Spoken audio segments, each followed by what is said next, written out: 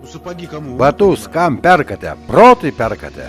Ногам, а ноги? Kojom. Ну, Kojos, ar tai protas? Deho. Todėl deho. их умера. Jų protai. Демона это не значит, что Demonas tai nereiškia, kad pasiragai ant galvos. Proto. Proto būsena. Tai nereiškia, kad jie turi šuns ar kiaulės kūną. Jie turi tokį mąstymo būdą. очень подобно. Štai kodėl sakoma.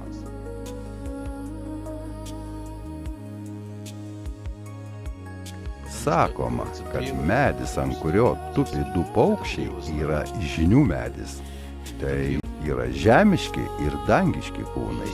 Есть истинное тело. Ir yra tikrasis kūnas. Такое же истинное Koks тело. tikrasis kūnas? Dvasinis.